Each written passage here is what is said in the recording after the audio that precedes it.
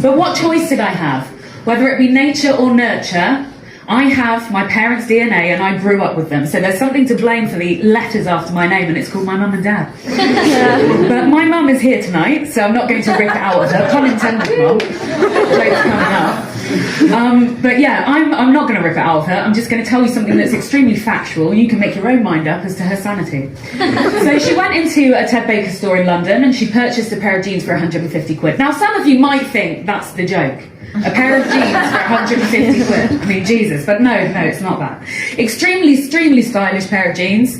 Ripped at the knee, ripped down the sides. She took them home, she looked great, she wore them for a week and then she sewed them up. Yeah. It genuinely happened.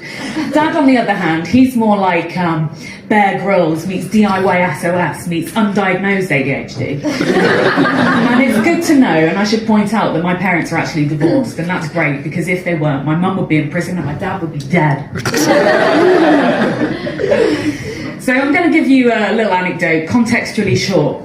I'm one of 7 children. My dad had a 3-bedroom house and it's a grade 2 star listed building. Now that basically means it's untouchable. But did that stop him from making renovations? No, it did not. He just decided he'd do them in secret. So what he did is he built a loft, secret loft room, and it had an extensive staircase, and in front of that staircase there was a really narrow cupboard door with a little latch. It was only big enough really for us kids to fit through. And we called it the Anne Frank room. I know that's problematic, but it was just factual. Again, just factual, so, you know, what are you going to do? And I was really proud because I had a bedroom in the Anne Frank room. And I spoke to my mum and I told her all about it, and she absolutely shit a brick. And she said, "Grace, what are you going to do if there is a fire?" And I thought, oh my God, I don't know. I've never thought about this before. I'm 8 years old. I'm now thinking, is this a thing? When I'm asleep at night, could I burn to death? Because now I'm not sleeping at night, worried about staying at my dad's house. So I spoke to my dad and I said, look, I'm really worried about this. He said, Grace, he went, don't worry, I've thought about this.